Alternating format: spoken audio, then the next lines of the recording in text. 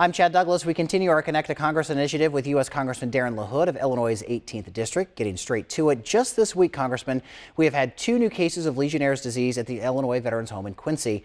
As you know, there's been a lot of talk about this. When can we expect to see some action to fix the problem? Well, I have concerns. Anytime you have new cases there after the history that's gone on at the Quincy Veterans Home, we need to be aware of that and make sure that the right actions are being taken. About a month ago, I went and did a full tour of the Quincy Veterans facility and talked to the staff there. What I've said is these decisions shouldn't be made on a political level. They need to be made by the experts there, the medical staff, the CDC, the Veterans Administration at the state level there. And I have confidence in them that they're going to make the right decisions there. I know they've, since this was announced this week, they've made changes there. We need to be doing everything we can to make sure that we stem this problem. And if it means more resources or more hands on deck, we need to do that.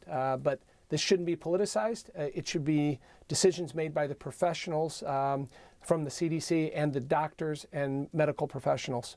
Let's talk a little about President Donald Trump's budget. His plan is to revamp this country's infrastructure, but leaving cities and states to foot the bill. Illinois, as you know, doesn't have a lot of extra money. So what does this mean for your states? Well, I think his plan is a good start. I don't think that's where we'll end up. In some ways, it's unorthodox or unconventional. Much of his plan talks about public-private partnerships. Those seem to make much more sense in urban areas where you can get a rate of return, or you can have toll roads and other similar setups. But I think it's much more difficult in a district like ours that is rural, and you don't have that type of return on investment. I'm all for looking at how the private sector can help, but I think you're going to need a funding source, a user fee of some sort to use. The president in the past has talked about raising the gas tax. He talked about $1.5 trillion in his State of the Union address. I think you got to find a funding source, but there is no doubt we need good infrastructure. It's the backbone of our district, whether it's the locks and dams on the Illinois and Mississippi River that get our products to market, or good roads and bridges, or our rail system. And it's a bipartisan issue. Roads aren't Republican or Democrat roads or bridges. These are very bipartisan issues. It should be bipartisan. I look forward to working with the administration on their proposal, but also working in Congress here to figure out the best way to get good infrastructure to the country. Turning our attention now to DACA, both parties are working on proposals this week. Here in Illinois, young people and college graduates are leaving the state pretty quickly. What happens if so-called dreamers have to go as well? Well, I think that's not going to happen. I think that the president has said he's not going to let the DACA expire. It's supposed to expire in March. We also have 2 court cases that are pending. And I give the president credit. He put out a plan that nobody said he would, a pretty bold plan, letting in the DACA recipients plus on 1 million more, 1.8 million. But he also wants $25 billion for border security. I think that's a good start. And the Senate this week is taking that up. The House this week is having conversations about a bill introduced here by Chairman Goodlatte. I think that sets the tone for compromise and working together.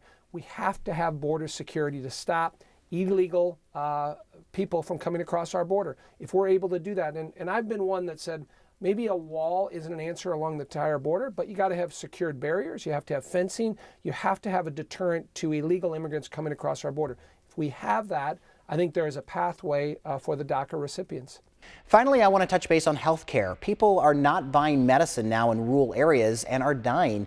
Some say it's because of the rising cost in health care in America. How can we expect people to get well if they can't afford their medicine?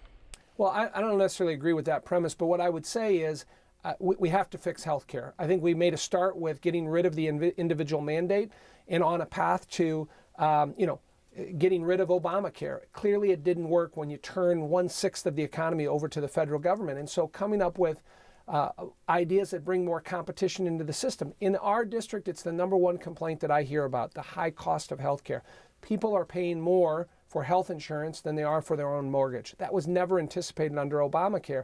So I think you got to figure out a couple things that worked with Obamacare, not discriminating against pre-existing conditions, being able to keep your kids on insurance till 25 or 26.